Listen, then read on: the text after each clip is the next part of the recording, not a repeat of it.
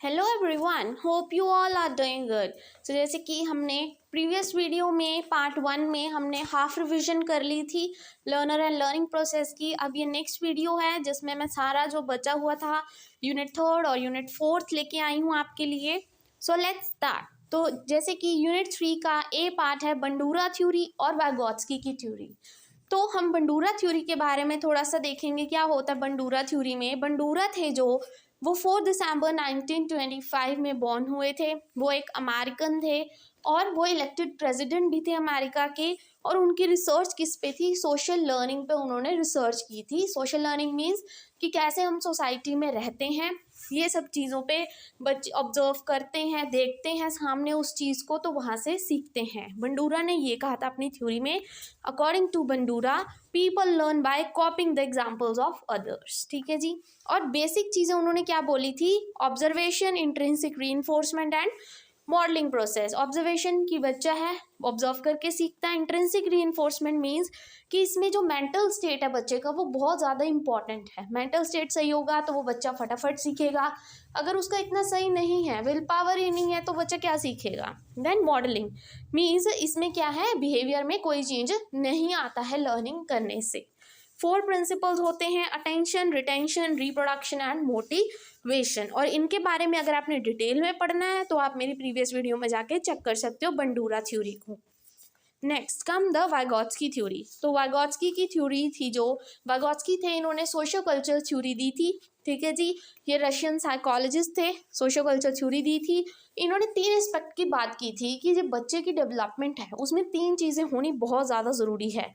Society का role, culture और language, ये तीनों चीज़ें। ठीक है। डेवलपमेंट है जो डिपेंड करती है सोशो कल्चर इन्वायरमेंट पे कि आपका इन्वायरमेंट कैसा है। फिर उन्होंने MQ more knowledgeable other and ZPD zone of proximal development. कहने का मतलब कि अगर बच्चा है जैसे कि उसको कुछ नहीं पता लग रहा तो वो मोर नॉलेजेबल अदर मतलब जो उससे ज़्यादा नॉलेजेबल है, मे बी उसके जो एल्डर हैं उनको ज़्यादा नॉलेज है उस चीज़ की, तो वो इसकी हेल्प कर सकते हैं उस बच्चे की। ठीक है। कई बार क्या होता है, चाहे आप मतलब उम्र में बड़े हो बट आपसे जो छोटे होते हैं कई बार उनको नॉलेज होती है उस चीज़ की, तो वो आपकी हेल्प करेंगे, तो वो क्या हो गया? More knowledgeable person. ठीक है जी। हेल्प लेना। Then ZPD zone of proximal development, कि बच्चा एक पार्ट तक तो पहुंच गया है, ठीक है, इंडिपेंडेंटली अपना थोड़ा सा उसने काम कर लिया है, बट आगे उसको थोड़ा प्रॉब्लम आ रही है, तो आप उसकी हेल्प करेंगे उसको थोड़ा सा आगे बढ़ने में, ठीक है, अपना गोल अचीव करने में। वो होता है ZPD zone of proximal development, उस पूरे जोन को कंप्लीट करने में। ठीक है जी। 2 तरह की होती है ZPD, lower end higher. Lower होती है जो बच्चा जहाँ तक खुद पहुँच चुका है, हायर होती है जहाँ पर आप उसकी हेल्प करके पहुँचा दोगे आगे। ठीक है। स्कैफोल्डिंग, जब आप उसको थोड़े से क्लूज देते हो, हिंट देते हो किसी बच्चे को, जैसे आपको टीचर ने कोई प्रॉब्लम सॉल्व करने के लिए बोला तो वो थोड़े बहुत क्लूज दे देगी आपको, तो आप उसको क्या है क्रिटिकली थिंक करके सॉल्व कर दोगे, वो होती है स्कैफोल्डिंग, टेम्पररी हेल्प देना। ठीक है। लैंग्वेज डेवलपमेंट की बात आई है तो 3 तरह की लैंग्वेज डेवलपमेंट की बात की है उन्होंने, social speech, private and inner speech. Social speech तो होता है जो हम सामने वाले लोगों से सोसाइटी में बात करते हैं किसी से। प्राइवेट होती है जब जब हम खुद से ही बात करते हैं। ठीक है। इनर स्पीच होती है जब अंदर ही अंदर बात करते रहते हैं किसी के बारे में। उसके बाद आती है लॉजिकल थिंकिंग की बात। तो लॉजिकल थिंकिंग क्या होता है? पहले तो इन्होंने बताया कि जो हमारा लेफ्ट साइड होता है ना ब्रेन का, वो इम्प्रूव करता है हमारी अंडरस्टैंडिंग, किस चीज़ की? मैथ और साइंस की। ठीक है। As it processes the information from part to the whole, कि जो लेफ्ट साइड होता है ना ब्रेन का, वो हेल्पफुल होता है हमारी इन सब अंडरस्टैंडिंग्स के लिए, लॉजिकल थिंकिंग के लिए। लॉजिकल थिंकर जो होता है वो क्या करता है? हर चीज़ को ऑब्जर्व करता है और एनालाइज करता है। जैसे कि हमने किसी पर्टिकुलर पर्सन की बात की है, उसने किसी चीज़ ऑब्जर्व की है, अच्छे से वो देखेगा, एनालाइज करेगा, उसमें लॉजिक लगाएगा कि हाँ ये ऐसा भी हो सकता है, वैसा भी हो सकता है। वो होता है एक लॉजिकल थिंकर, अपना कुछ लॉजिक लगा के उसने न्यू चीज़ क्रिएट की। ठीक है जी। और फिर कंक्लूजन दिया उस चीज़ पर। फॉर एग्जाम्पल जैसे एक सेल्स पर्सन था, उसने क्या किया, जब उसने अपनी प्रेजेंटेशन है ना वो मॉडिफाई कर ली, जैसे ही वो प्रोडक्ट बेचता था तो उसको फीडबैक मिलता था। फीडबैक मिलने से क्या हुआ, उसको पता लग गया कि यहाँ यहाँ प्रॉब्लम है।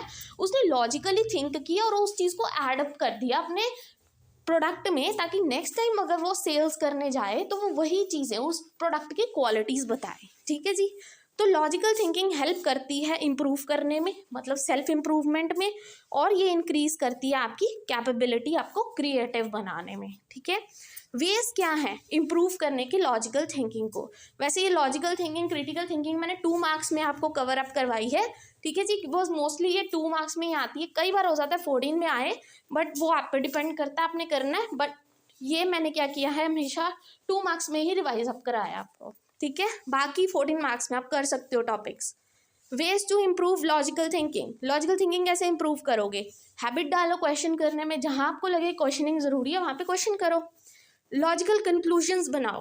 ठीक है जी, then take part in the activities, socialise with others, दूसरों के साथ बातचीत करो, लॉजिक निकालो, किसी ना किसी हर चीज़ का निकल जाएगा लॉजिक। ठीक है, then come critical thinking. Critical thinking होता है जब आप किसी चीज़ के बारे में सोचते हो, जैसे कि आपको टीचर ने कोई प्रॉब्लम दी, ग्रुप एक्टिविटी आप कर रहे हो, तो क्या हुआ, सब ने अपना अपना लॉजिक लगाया, मैडम ने बोला कि ये टॉपिक है और तुम करो, अपने अपने जो भी व्यूज़ हैं वो सारे लेके आओ, वो होती है क्रिटिकल थिंकिंग। आप किसी टॉपिक पर थिंक कर रहे हो, लॉजिक होता है वो तो आप कोई भी पर्टिकुलर चीज़ पे आप लॉजिक लगा रहे हो, ऑब्जर्व कर रहे हो, एनालाइज कर रहे हो। ठीक है, क्रिटिकली होता है जब आप कोई प्रॉपर चीज़ को अच्छे से देख रहे हो और उसकी अच्छी क्वालिटी लेके आना चाहते हो, उसको बोलते हैं क्रिटिकल थिंकिंग। क्रिटिकल थिंकिंग को आप कैसे, क्या स्ट्रैटेजीज है इसकी इंक्रीज करने की क्रिटिकल थिंकिंग को, call on student to tell what they understand. बच्चों को बोलो कि जो आपने अंडरस्टैंड किया वो बताओ, अपने तरीके से बताओ। ठीक है जी, आज the student to summarise the lessons creatively, और क्रिएटिवली उस लेसन को समराइज करो जैसे आपको अच्छा लगे। ग्रुप एक्टिविटीज़ करवाओ, make lesson plan that include thinking skills, वो लेसन प्लान बनाओ जिसमें थिंकिंग स्किल्स इन्वॉल्व हो। ठीक है जी, नेक्स्ट टॉपिक आता है क्रिएटिविटी का, कैसे हम नर्चर करेंगे, इसकी असेसमेंट, सारा कुछ। ठीक है, इसको और ब्रीफ में पढ़ना है तो आप जाके मेरी प्रीवियस वीडियो चेक कर सकते हो। क्रिएटिविटी एक्चुअल में क्या होती है, यूनिकनेस, एक सबसे अलग कोई आइडिया। ठीक है जी, रूल ब्रेकिंग, प्रॉब्लम सॉल्व कर रहे हो, आपका एक पर्सनल कैरेक्टरिस्टिक्स है। ठीक है जी, क्रिएटिविटी क्या होती है, ये एबिलिटी होती है किसी भी पर्सन की ताकि वो न्यू आइडिया क्रिएट अप कर सके। जो क्रिएटिविटी थिंकिंग है वो बचपन से शुरू होके 30 साल की उम्र तक चलती है। ठीक है, उसके बाद स्लो डाउन होना स्टार्ट हो जाती है। फैक्टर्स कौन से होते हैं जिससे आपकी क्रिएटिविटी पे थोड़ा सा फर्क पड़ता ही पड़ता है, social, emotional and physical factors. Then जो क्रिएटिव पर्सन होता है वो कैसा होता है, विलिंग होता है, हमेशा तैयार रहता है सीखने के लिए, इंटरेस्टेड होता है, ओपन माइंडेड होता है, वो क्यूरियस होता है और इंडिपेंडेंट होता है अपनी डिसीजन मेकिंग में। एलिमेंट्स कौन से होते हैं क्रिएटिविटी के, कि क्रिएटिविटी जो है फ्लुएंसी होती है उसमें, ओरिजिनल होते हैं आइडियाज़, इलेबोरेट कर सकते हैं हम, और फ्लेक्सिबल होते हैं। क्रिएटिव असेसमेंट क्या होती है, एक्चुअल में ये फर्स्ट स्टेप होता है on the path of total creative development. Assessment मतलब आप खुद को असेस कर रहे हो, देख रहे हो आपको कहाँ पे आपकी स्ट्रेंथ है, कहाँ पे आपकी वीकनेसेस हैं, आप दूसरे से कितना अच्छा सीख सकते हो और अच्छी स्किल्स डेवलप कर सकते हो, वो होती है असेस करना, खुद को थोड़ा सा जज करना कि कहाँ मैं लैक बिहाइंड कर रहा हूँ और कहाँ मुझे अच्छा करना है। ठीक है जी, तो वो होता है। रोल क्या होता है क्रिएटिव असेसमेंट का, वही ताकि आप खुद को जान सको, दूसरे को समझ सको, दूसरे की स्किल्स देखो, डेवलप करो खुद को, फिर डेवलप की अपनी भी डेवलप करो स्किल्स। ठीक है जी, देन कौन सी टेक्निक्स हैं क्रिएटिविटी को नर्चर करने के लिए, क्या कैसे करोगे आप बच्चे में, वो कैसे लेके आओगे सारी क्रिएटिविटीज, बच्चे को मोटिवेट करो, उसको प्रॉपर इन्वायरमेंट दो, फ्रीडम दो, अपॉर्चुनिटीज़ दो, उनको थोड़ा सा टाइम दो सोचने का, उनको टूल्स के साथ इक्विप करो, उनको टूल्स प्रोवाइड करो और उनको रूम दो एक ऐसा जहाँ पे वो आउट ऑफ बॉक्स अपने आइडियाज़ लगा सके। ठीक है, अब आते हैं 4th यूनिट की तरफ। सोशल लर्निंग की बात की है। सोशल लर्निंग हम सबको पता है, इस सोसाइटी में जब हम सीखते हैं, बंडूरा की थ्योरी थी, ऑब्जर्वेशन से हम सीखते हैं। ठीक है जी, इम्पोर्टेंस क्या है इसकी, कि सोशल लर्निंग जो होती है एक नेचुरल वे होता है सीखने का। ठीक है, और हायर रिटेंशन, ज़्यादा देर तक हमारे दिमाग में रहती है। अगर ज़्यादा इसको एलेबोरेशन में पढ़ना है तो प्रीवियस वीडियो में जाके आप देख सकते हो सोशल लर्निंग की। ये एक इंजॉयबल प्रोसेस है, बेटर स्किल्स सीखते हैं बच्चा, डिसिप्लिन सीखता है, कम्युनिकेशन स्किल्स इंप्रूव होती हैं। ठीक है, नॉलेज कल्टिवेट होती है और बच्चे का इंटरेस्ट बढ़ता है। फैक्टर्स जो अफेक्ट करते हैं सोशल लर्निंग को, फिजिकल फैक्टर्स होते हैं, social and school factors. Physical होते हैं पेरेंट्स की इनएडिक्वेसी, पेरेंट्स का attitude, environment at home, goals of the life, will power and readiness. Social factors कौन से होते हैं, आपके रिलीजियस बिलीव्स और mobility of the parents. Then come school factors, कोई प्रॉपर करिकुलम नहीं है स्कूल्स में, ठीक है, इंफ्रास्ट्रक्चर नहीं है, प्रॉपर इन्वायरमेंट नहीं है। सोशल कॉम्पिटेंस, जो आप स्किल्स आपको कॉम्पिटेंट बनाता है सोशल सोसाइटी में रहने के लिए। सोशल वैल्यूज़ आप में होनी चाहिए, इंटरपर्सनल स्किल्स होनी चाहिए, और ये इमोशनल इंटेलिजेंस होनी चाहिए। नेक्स्ट टॉपिक जो आता है जिसमें लॉट ऑफ कन्फ्यूजन थी सबको, क्लासरूम डायनामिक्स। तो क्लासरूम डायनामिक्स एक्चुअल में क्या होता है कि जहाँ पर बच्चे और टीचर की इंटरेक्शन बहुत ज़्यादा अच्छी हो, ठीक है जी, ऐसा इन्वायरमेंट बनाया जाए जहाँ पे बच्चा अपने आप को कंफर्टेबल फील करे, आराम से हर क्वेश्चन पूछे और बहुत सारे क्रिएटिव आइडियाज़ लेके आए। वो होता है क्लासरूम डायनामिक्स, कि हमें क्लास को कैसा बनाना चाहिए, ठीक है।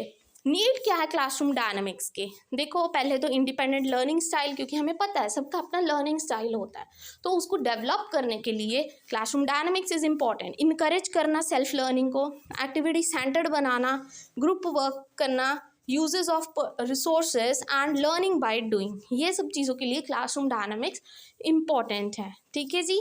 देन स्ट्रेटजीज क्या है प्रमोट करने के लिए? हेल्दी कॉम्पिटेंसीज कैसे प्रमोट करोगे? Relation first, school second. कहने का मतलब पहले एज अ टीचर आप बच्चे से अच्छा रिलेशन अपना बनाओ, ठीक है जी, फिर बाद में पढ़ाते रहना, पहले ब्रेक द टाइस, ठीक है, ताकि आप जाके बच्चे के साथ अच्छा रिलेशन बनाओ और ताकि बच्चा आपकी और बच्चे की रैपो अच्छी हो।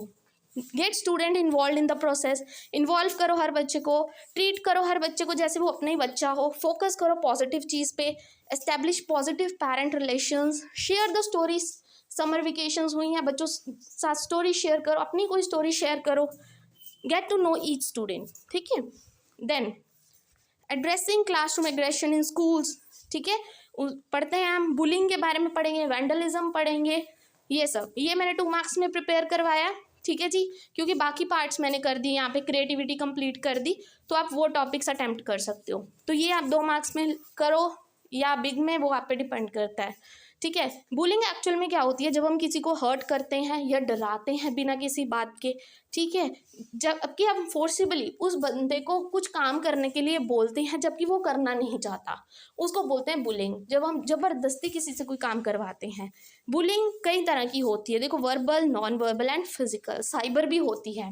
देन फिजिकल में जब आप किसी को टॉर्चर करते हो, टॉन्टिंग करते हो, किसी को मारते हो, स्टील करते हो, कोई चीज़ चोरी करते हो, ये फिजिकल है बुलिंग। देन वर्बल होता है, वर्बल मतलब बोल के, जब आप किसी का निक नेम लेते हो, कुछ गलत बोलते हो उसको, ठीक है, नेम बार बार बोलते हो, किसी के बारे में र्यूमर स्प्रेड करते हो, गलत बात बताते हो किसी तीसरे को, जाके किसी को डराते हो, थ्रेटनिंग करते हो, किसी पे हंसते हो और किसी की इंसल्ट करते हो बार बार, ये एक तरह की बुलिंग ही हो जाती है, ठीक है। साइबर बुलिंग वही टेक्नोलॉजीज यूज़ करके जब आप किसी को डराते हो, फालतू फेक मैसेजेस भेजते हो, ठीक है, और उसको एम्बैरस फील होता है ऐसे, और उससे दूसरा बंदा जो विक्टिम है, जिसके साथ आप ये गलत काम कर रहे हो, उस पर क्या प्रभाव पड़ता है? देखो, उसको तो इंसोम्निया हो जाती है, मतलब सोने में दिक्कत आती है, डर जाता है बेचारा, feeling of shame, shame feel होती है, स्कूल अवॉइडेंस, स्कूल जाना अवॉइड करते हैं कि नहीं मुझे नहीं जाना कहीं पे, ठीक है। पुअर एकेडमिक परफॉर्मेंस, उसके क्लासरूम इन्वायरमेंट में मतलब उसके एकेडमिक्स में भी कहीं ना कहीं फ़र्क पड़ता ही है। लो सेल्फ एस्टीम, ठीक है, उसकी ईटिंग हैबिट्स में चेंजेस आ जाते हैं, खाने का मन नहीं करता, कभी गुस्सा आता है कि वो क्या करे बेचारा, डिप्रेशन में चला जाता है, सोशल आइसोलेशन, और कई बार तो सुसाइड तक की बात आ जाती है, ठीक है। पनिशमेंट की बात करते हैं, तो पनिशमेंट हमें सबको पता है, जब आप किसी चीज़ को इफेक्टिवली यूज़ करते हो कंट्रोल बिहेवियर करने के लिए। देखो, पनिशमेंट पॉजिटिव भी होती है, नेगेटिव भी, ये आप पे डिपेंड करता है कि आप उसको पॉजिटिवली ले रहे हो या नेगेटिवली। कई बार आप क्या करते हो, आपसे कोई गलती हुई और आपके टीचर को पता है कि आप गलत हो, बट आपको लगता है कि आप सही हो, ठीक है, तो अब आपके टीचर ने आपको कुछ समझाया। कई बच्चे तो होते हैं बहुत गुस्सा करते हैं कि इसने मुझे ऐसा बोला, बट कई बच्चे होते हैं उसको पॉजिटिवली लेते हैं कि हाँ, अगर मेरे टीचर ने बोला है तो मेरे में कुछ गड़बड़ होगी, मुझे वो ध्यान रखना चाहिए आगे से, ठीक है। तो पनिशमेंट 2 तरह की होती है। Then comes vandalism. वैंडलिज्म की बात करें तो वो क्या होता है, जब हम कोई भी पब्लिक प्रॉपर्टी को डिस्ट्रॉय करते हैं, फालतू में कोई भी चीज़ जाके तोड़ फोड़ देते हैं कोई पब्लिक प्रॉपर्टी में, ठीक है, जैसे हमने पेड़ काट दिए, ठीक है, स्क्रैच करने लग गए हम दीवारों पे जाके, पेंट खराब कर दिया, प्लांट्स तोड़ने लग गए, ठीक है, पानी को ऐसे ही छोड़ दिया, कहीं आप पब्लिक टॉयलेट में गए हो वहीं पे ऐसे ही नल खुला छोड़ दिया, पब्लिक प्रॉपर्टी खराब हो रही है, वो होती है vandalism, then come cyber crime. Cyber crime आप सबको पता है, जब आप टेक्नोलॉजी यूज़ करके फ़ोन्स वगैरह से फेक मैसेजेस भेजते हो, ठीक है, तो ये सब क्या होता है, साइबर क्राइम होता है। तो इससे क्या होता है, विक्टिम के इमोशनल इफेक्ट्स होते हैं, जिसके साथ आप साइबर क्राइम कर रहे हो, ठीक है, उसको भी आइसोलेशन, गुस्सा आता है, ठीक है, पावरलेस हो जाता है वो बंदा, डिप्रेशन में चला जाता है, एंग्जाइटी में, और एकेडमिक इश्यूज तो होते ही हैं उस बंदे को, और उसके बाद वो सुसाइड तक चला जाता है अगर ऐसा कुछ हो, ठीक है। तो ये था सारा। आई होप समझ आ गया होगा और आपका सारी तैयारी हो भी गई होगी। All the very best for your exam. And अगर आपको वीडियो अच्छी लगी हो then please don't forget to like and subscribe my channel. Thank you very much.